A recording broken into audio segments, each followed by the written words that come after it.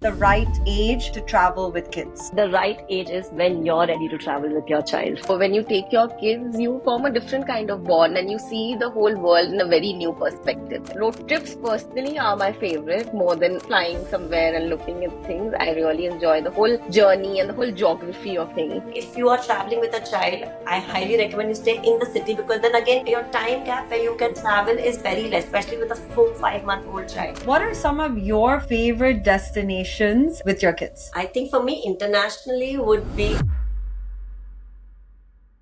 Hey everyone, welcome to another episode of the Modern Indian Parent Podcast, a podcast that is redefining parenting in Indian families. I'm Sanchita Daswani, a pediatric nutritionist, and every week we bring you episodes where we are helping you own your modern parenting choices, even if Nani and Dadi don't agree with them.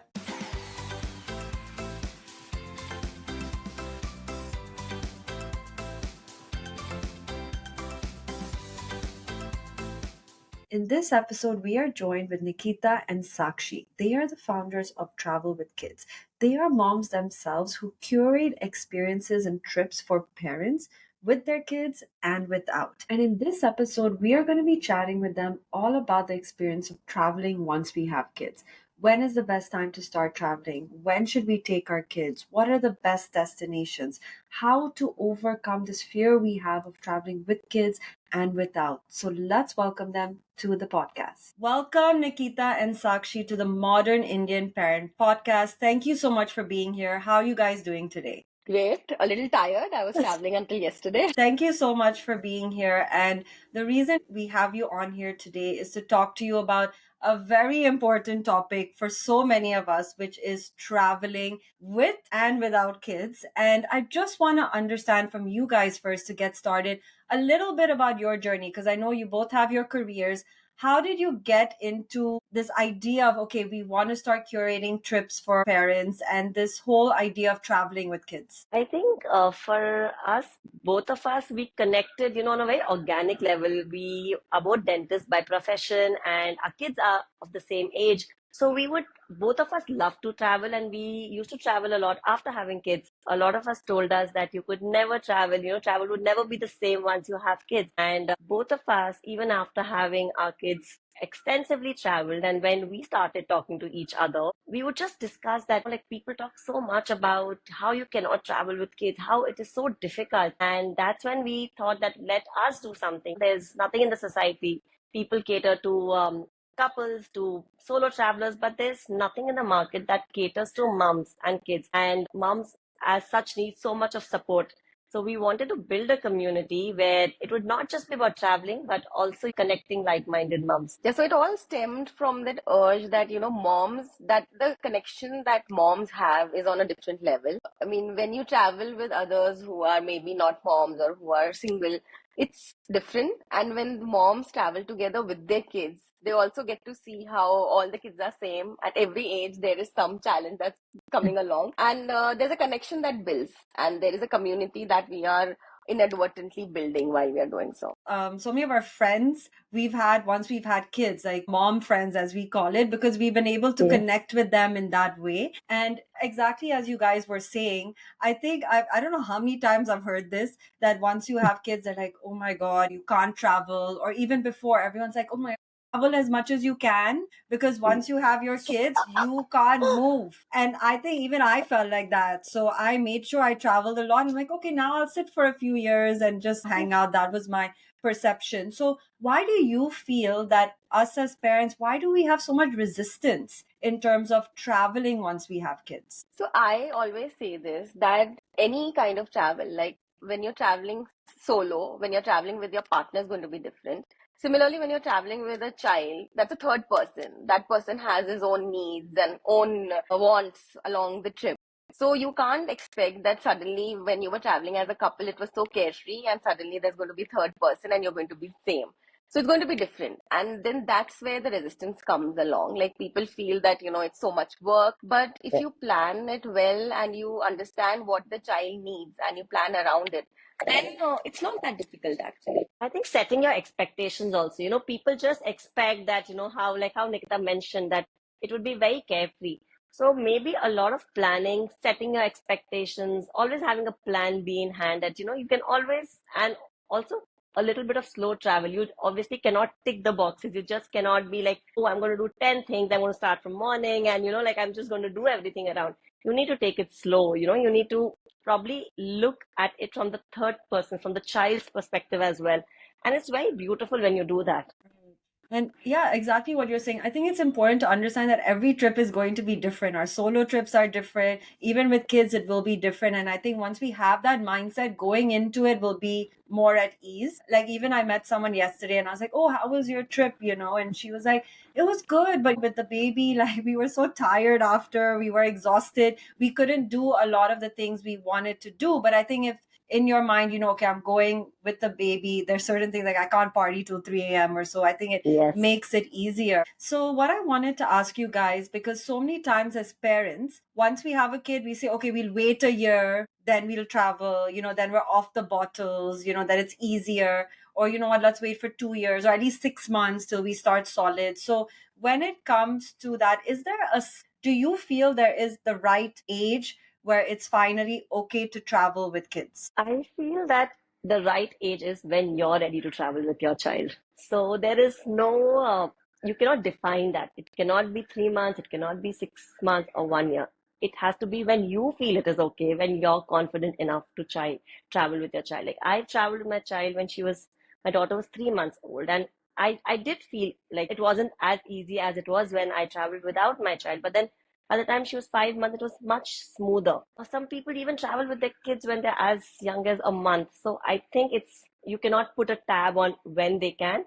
It's when you feel that you're completely ready and you're okay to travel with your child. But in my opinion, the sooner you start, you get more confident. Like maybe started with baby steps, maybe like a 2 hours journey somewhere. But the sooner you start, and especially someone who's marking it as when solids start, I would say start before the solids. Actually, so even me, like, I'm a child nutritionist. So even when people are saying, when should we travel? Because also when you start foods, it's like another meal you have to add on and Yes. all of that. And so I feel like for parents, there's always going to be something. There's always going to be a reason to be like, okay, let's wait, or let's wait till they're off diapers.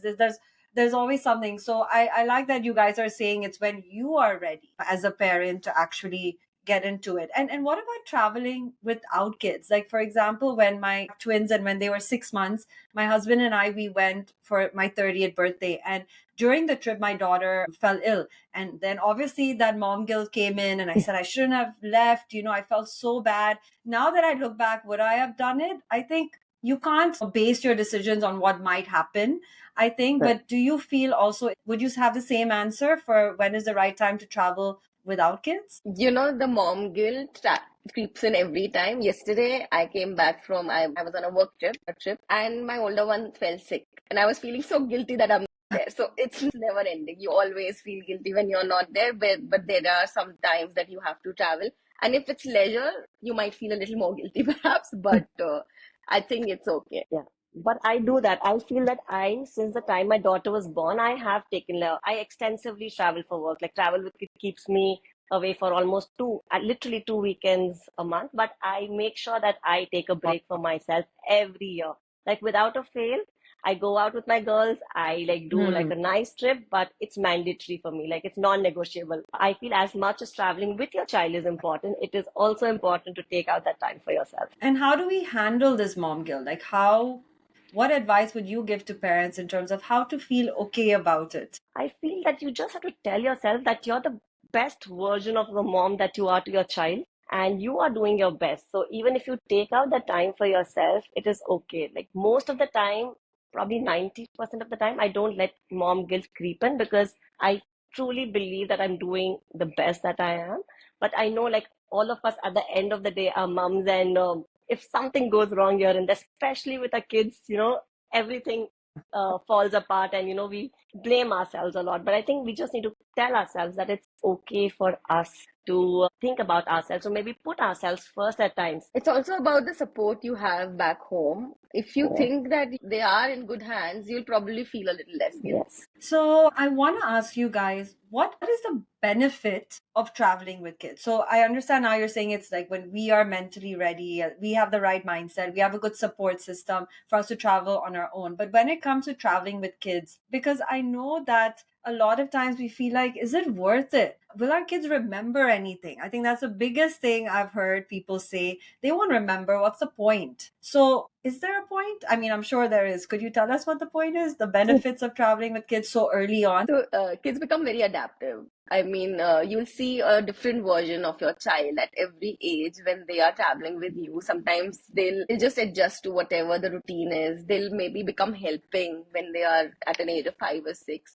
And the bond, I mean, you can't every trip, you can't leave your child and go. So when you take your kids, you form a different kind of bond and you see the whole world in a very new perspective. Even if there's a place that you've been to and you go there again with your child, you'll notice so many new things that you probably yourself won't, because there's some rawness and innocence that comes in when the kids are traveling with you. The most important part for me is the bond that you connect so much with your kids, and there's so much learning on the go. Like, even if you look at the education system, like, it's not just the four walls. You learn so much beyond those four walls, and they pick up so much. You might feel that they're not, but they absorb. Like they say, the kid's mind is an absorbent mind. They absorb so much from the surrounding. It could be the culture, it could be little things, and that stays on with them. And like how you asked me, the kid would not remember anything, but I would remember everything, and that memory would be etched in my heart forever. So probably, like, I still have the memory of my first trip with my 3 month old baby girl, and that makes it special. It's like doing something for yourself, but also taking your child. So you're making memories with them. I sometimes I'm so amazed that my daughter was just 2.5 to 3 years, but she still somehow remembers. Like, her birthday wish was that she wanted to see snow when she turned 3, and we planned a birthday around that. And she still, I don't know how, like, we took her to Himachal, and then there was snow, and she was blessed that we had snowfall during that trip, even in late Feb. And we went to an igloo. I don't know, she still talks about, what, I sat in that igloo. And there are some things that still remain with them. They might not remember 100%, but even if she remembers 10% or 1%, it's a win situation. Good thing about technology, you can show them pictures and they'll be amazed, oh, they were that tiny and they were there. Yeah, and even that day we had a podcast episode with a early child development coach, and she was saying that the best way that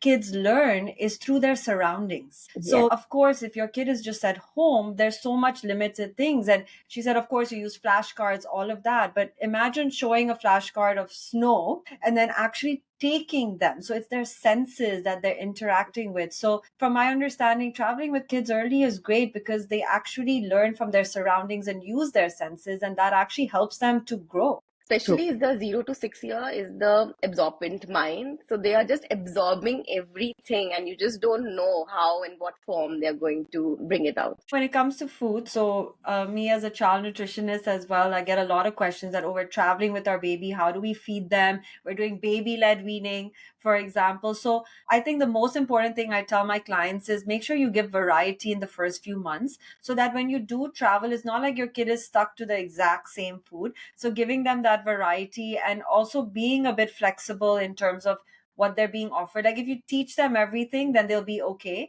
Of course, before one, we want to limit the salt, we want to limit the sugar. So outside food can be a bit of a problem, but there are ways to manage it. How have you guys managed the food part of it? So before the trip, I usually, like, if I'm going on a trip and there is this certain kind of food that he will get there or something that I'm going to carry from home, then I usually try to introduce that. And also eggs, vegetables, fruits, these things your child should be introduced to so that it becomes easy, because that is something you'll get everywhere. You might not get the same kind of food that you make at home, but vegetables, fruits, and eggs will be available everywhere. So I usually do that. I introduce those kind of food so I see the comfort level so that then I am prepared for when I'm going out, what am I going to carry. And I actually do not worry a lot about food, even with my older one.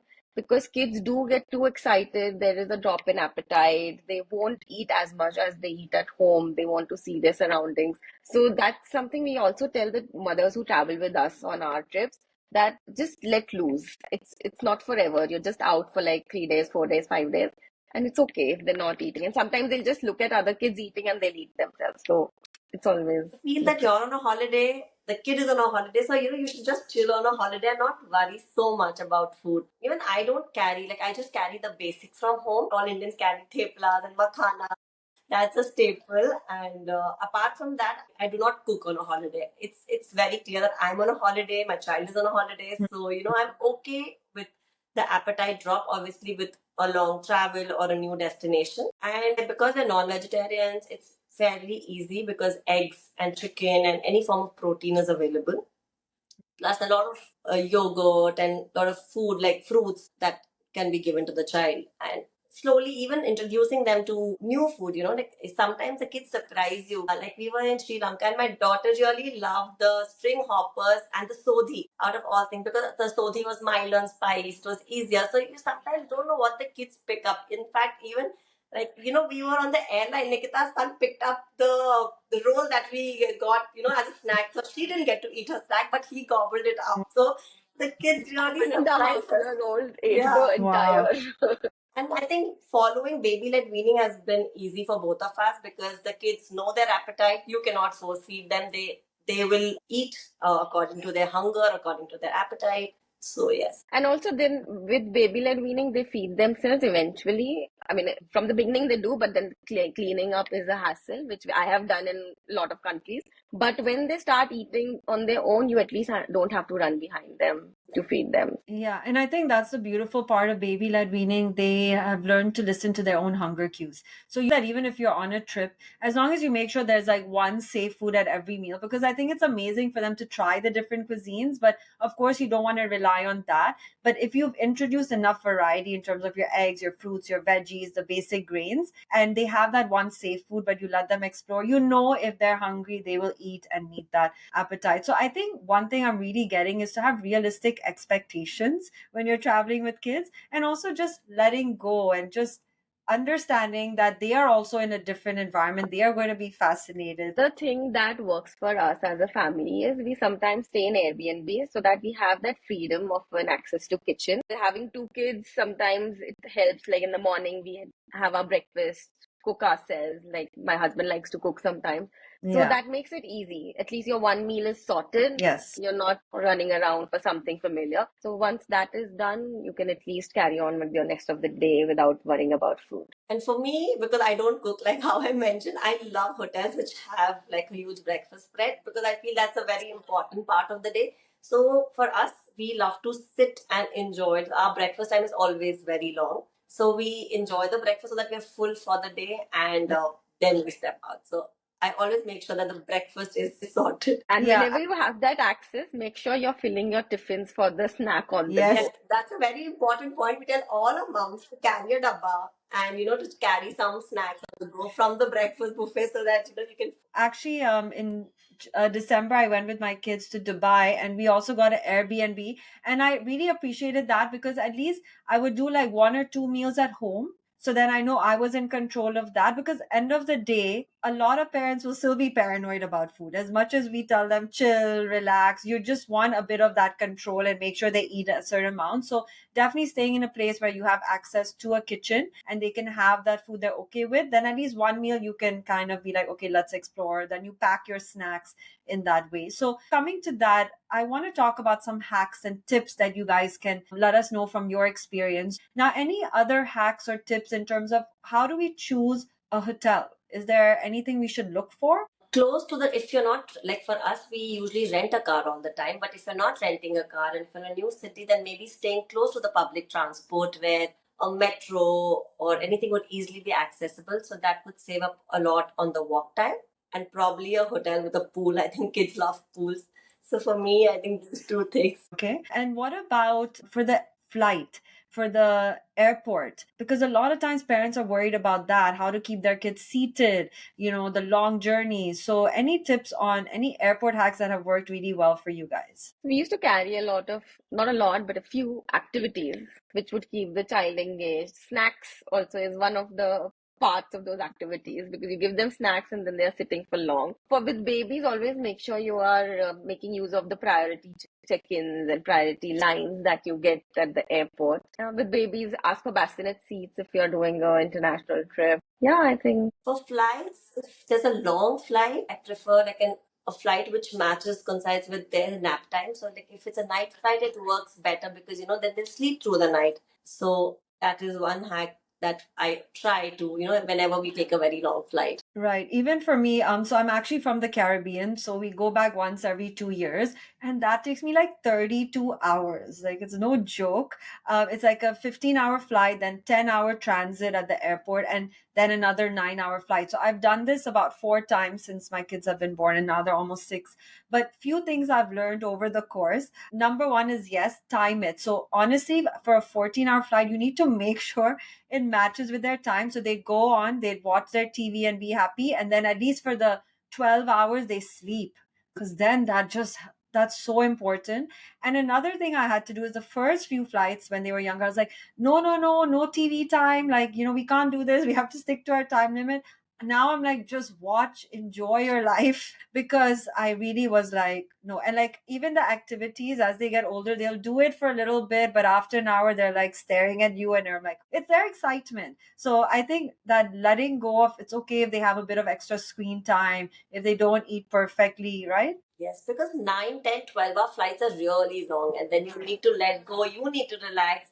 And especially a person like me who has a flight anxiety, so I give it to my husband to take charge of my daughter when we are on a very long flight. Okay. So I want to ask you guys, what are some of your favorite destinations and trips that you guys have done with your kids? I think for me, internationally would be Iceland and South Africa. They are my favorite. Like Iceland was, for me personally, a bucket list destination, but I was amazed to see how kid friendly that country was, and I cannot wait to go back again. And for South Africa also, it has so much of wildlife and the epic road trips. There's so much to do in South Africa. So in terms of international this, and in India, I would say Himachal has been very special because again, that was my daughter's first time when she saw snow. So Himachal and maybe the road trips. Like we've done a lot of road trips with her across India. So it's very difficult to pinpoint one. yeah. I've personally enjoyed the road trip. So when you Hmm. asked me, we recently did a road trip with both the kids from Goa to Ganpatipule, which is the Maharashtra coast. It is such an untouched coast, and we learned so much along the way. We saw cashew growing, and we saw mangoes growing, and all that. So I think road trips, personally, are my favorite more than like flying somewhere and looking at things. I really enjoy the whole journey and the whole geography of things. So road trips for me. Right. Because I think on a road trip, you can actually see more things. You can stop, you can You take a can minute, stop, you can detours, you can Yeah, yeah. I wander think our away favorites without are any road plan. trips. Even like domestic or internationally, we just love taking road trips. And it's much more easier. So in fact, it's so much easier in terms of flexibility with the kid. You can start off when you want, you can come back to the hotel, you can take like for us, you can keep your bags. There's so much that a road trip offers, especially with kids, it becomes very, very comfortable. The child is comfortable in the car seat. I think it's the best way to travel if you can just. So when my older one was 2.5, we did the coast of Karnataka. That was from Mangalore to Goa. And now when my younger one's also there, we did Goa to Ganpatipule. So we're like going to take the whole coastline of India. Yes, yes. And the coastline is stunning. Yeah. No, that I never even actually considered a road trip. I mean, I've done it a few times. Not, yeah, actually that's such a good idea. A road trip is a great way to start. It's simple. You can come back if you need to. It has a lot of securities in that way, and a lot of flexibility, which I think a lot of us parents need in the beginning. I have to ask you this. In terms of, you guys have traveled so much, you've traveled with your kids, without. Now, I just want to know, is there a time where something didn't go right, or any lessons you've learned that you want to tell parents that, oh my God, we made this mistake and we've learned from it? In Turkey, we decided we're going to stay at the XYZ place, but I didn't realize it's a steep slope, and we were staying at the center of that slope. So coming up and down that hill every day to move around was quite a task. And I'm so glad we did that only for 2 days and then we moved out of there. So that was one goof up. For me, I think when my daughter was 5 months, and we were very adventurous. We were again on a road trip, and we went to Nainital, and there it was summer. The weather was supposed to be 25 degrees Celsius. And I was prepared for that weather, and it started pouring. So there was a hailstorm, and the weather dropped to 8 degrees. And I just wasn't ready to be with a 5-month-old child. And I booked like this really fancy place, but it was away from the city. So now every time I want to go see the city, I have to, factor half an hour of a drive to reach the city, which did not make sense with a baby. Like if you are traveling with a child, I highly recommend you stay in the city, because then again, your your time gap where you can travel is very less, especially with a 4 5 month old child. And I used to waste that just getting out of the hotel, going to the city. So I remember Got it. when that hailstorm and the temperature dropped to 8, we changed plans. Always have a plan B. And then from Nainital, we drove down and we came to the Jim Corbett National Park, and then we spent the rest 2 days there. So that was a goof up. I should have been more prepared for a change of weather, especially in mountains. Right. So I think the main thing is road trips are great if that's the plan, but if you are flying to a city or you reach a destination, stay in the city itself so that you can, help yourself in terms of that timing. Yeah, because kids, every minute counts, every second counts. We want to maximize that. No, thank you for sharing that. I want to ask you actually, in terms of falling sick, any tips for parents how to handle that? Because sometimes that is really You stressful if should their kids fall see sick. the you should see the number of medicines Sakshi carries. She has this big bag. It's a joke now that every time I have to travel, especially at this big international destination, my daughter would be sick just a day before or on the day of It travel. always happens, It right? always happens. So I am so well prepared. I'm like the superwoman. You ask me, I have this whole box of medicines. So my biggest take is like, God, like no one wants the kids to fall sick. But if your child falls sick in an international place, so carry all your medicines. And if you're carrying antibiotics, please carry 2 bottles, because one will not finish the course. So for a 5 course, you need 2 of them. So I carry 2 of them. And from thermometer to your first aid to medicines, I carry everything, because especially in India, it's very easy to have access to medicines, but yeah, internationally, it's very difficult. And it's always good to have a pediatrician who is Yes. available on a call, who you can always text or call, whenever you're traveling.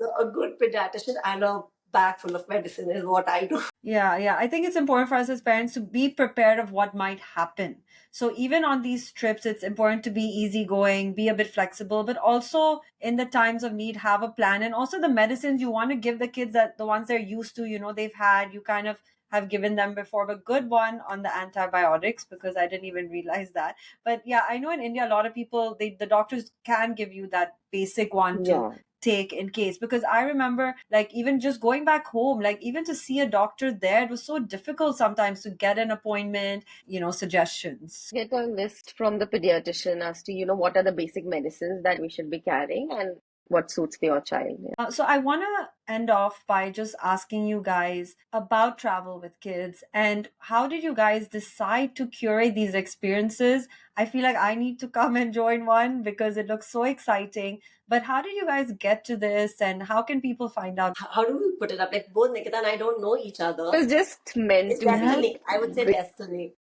So in COVID, both of us, because we actually like to travel a lot and both have same age kids, my older one and her daughter are the same age. So we used to just keep in touch through Instagram. We met through Instagram and we used to just talk in general because our kids were the same age.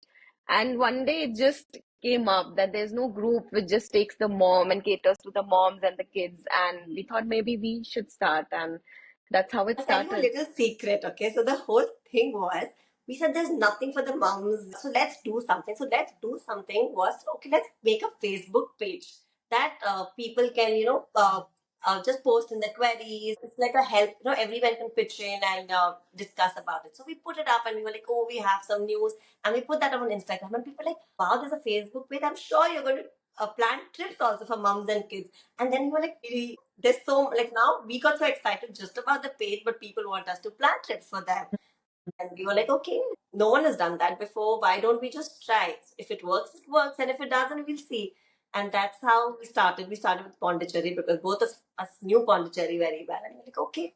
So we announced our trip and we were sold out in a day. So we've got a lot of love from mums all across. And that's how And it's travel it three started. years now. I mean, when we talk about it and we think of it, it just seems like, I mean, how Yesterday. we started out without any plan as to what and how we're going to do things, to now when we have so many trips, we're hiring people. It's just been a fabulous journey doing this. So there was no business model to it. It stems out of passion. We still do so much out of passion, and now we see like so many moms and kids joining us internationally as well, from all across the globe. And now this, in fact, was very special because last weekend we've had two ladies who've joined the team and who've done trips for us. So like from just two of us doing it for the past 3 years to now a growing team, it's good to see where we're heading to. No, really, it's amazing. Thank you for doing what you guys do and helping, moms have such a great experience with their kids, because I think when